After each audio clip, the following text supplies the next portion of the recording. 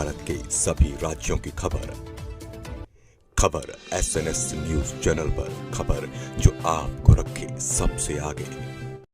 नमस्कार, मैं विशाल पटेल। खबर SNS टीवी में एक बार फिर से आपका स्वागत है। आइए ले चलते हैं उत्तर प्रदेश की कुछ खास खबरों की ओर और दिखाते हैं आशीष सिंह की यह खास रिपोर्ट। नमस्कार, खबर SNS न्यूज चैनल में एक बार फिर से आपका स्वागत है। इस समय हम मौजूद हैं वाराणसी जनपद में। इस समय हम काशी प्रांत के क्षेत्रीय अध्यक्ष दिलीप पटेल जी हमारे साथ में हैं। जानकारी लेना चाहेंगे जैसा कि चुनाव का माहौल चल रहा है 2024 लोकसभा चुनाव को लेके। और आज हम बात करते हैं कि काशी प्रांत में जो है 14 लोकसभा सीटें आती हैं और उसमें देखा जाए तो लगभग सारी सीटों पे जो है प्रत्याशी घोषित हो गए हैं और कुछ सीटों पे जो है कुछ नए प्रत्याशी भी आ गए हैं। क्या कहना चाहेंगे अध्यक्ष जी इस 2024 लोकसभा चुनाव को लेकर? देखिए, भारतीय जनता पार्टी काशी क्षेत्र में कुल 14 लोकसभा सीटें हैं, जिसमें से भारतीय जनता पार्टी ने 12 लोकसभा सीटों पर प्रत्याशी घोषणा हो गई है। 2 सीटें जो अपना दल की कोटे की थी, मिर्जापुर और सोनभद्र, अभी वहां घोषणा शेष बाकी है और हमको लगता है वह गठबंधन में सीट होगा।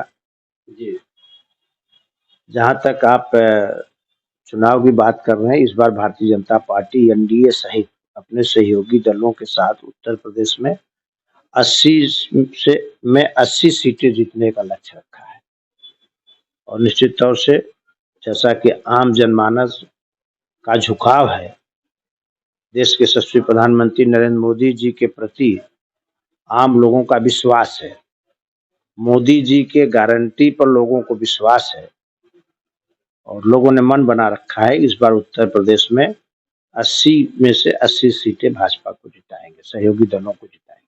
बिल्कुल, देखा जाए तो इंडी गठबंधन से यहाँ अजय राय एक बार फिर से प्रत्याशी हैं। लगातार उनका बयान आ रहा है। प्रधानमंत्री जी के संसदीय क्षेत्र है वाराणसी और यहाँ से भी घेरने की तैयारी चल रही है। क्या कहना चाहेंगे, क्या तैयारी रहेगी भारतीय जनता पार्टी की इस वाराणसी जनपद में?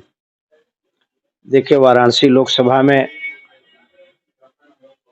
2014, 2019 और 2024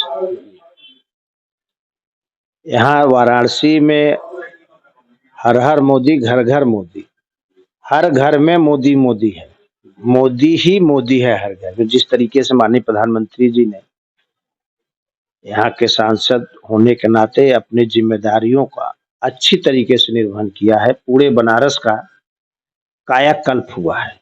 विकास नहीं, कायाकल्प हुआ है, परिवर्तन हुआ है। आप 2014 के पहले का अगर बनारस देखेंगे और 2014 के बाद का बनारस, तब आपको समझ में आएगा कि बनारस की क्या परिवर्तन हुआ है।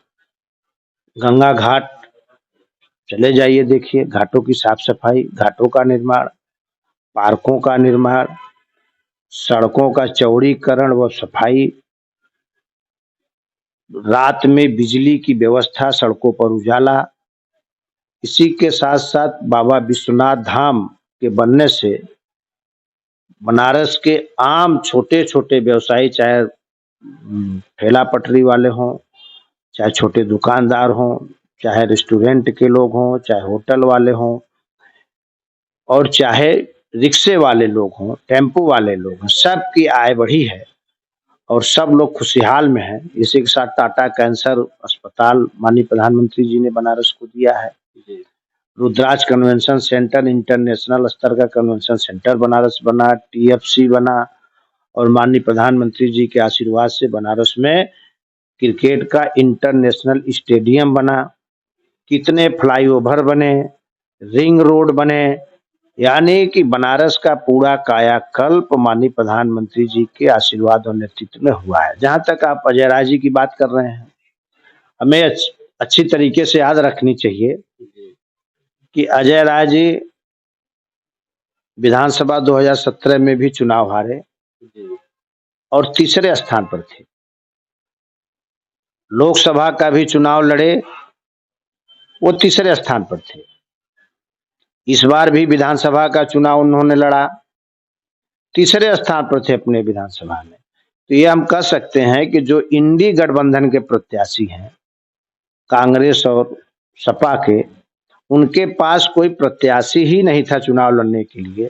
तभी तो जो लगातार तीसरे पोजीशन पे चुनाव में अपना स्थान बना रहा हो, हार रहा हो, इस बार की विधानसभा में तो मात्र 48,000 वोट पाए थे।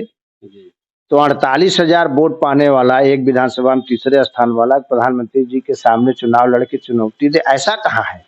बिल्कुल देखा जाए तो समाजवादी पार्टी की तरफ से कई सीटों पे घोषणा हुई और कुछ सीटों पे तुरंत प्रत्याशी बदल दिए जा रहे हैं। इसको लेकर क्या कहना चाहिए? ये उनका अपना है, ये समाजवादी पार्टी का अपना निर्णय है, उसमें हमारा कुछ बात नहीं है। हम लोग उसमें कुछ नहीं कर सकते। हम भारतीय जनता पार्टी कार्यकर्ता हैं और यहाँ वाराणसी लोकसभा में इस बार माननीय प्रधानमंत्री जी की कोई लड़ाई नहीं है। जैसा मैंने बताया, तीसरे स्थान का प्रत्याशी है, यहाँ सब लोग मान रहे हैं, कोई लड़ाई नहीं। रिकॉर्ड मतों से माननीय प्रधानमंत्री जी यहाँ चुनाव जीतेंगे, लोगों का विश्वास है। जी बिल्कुल देखा जाए तो वाराणसी लोकसभा से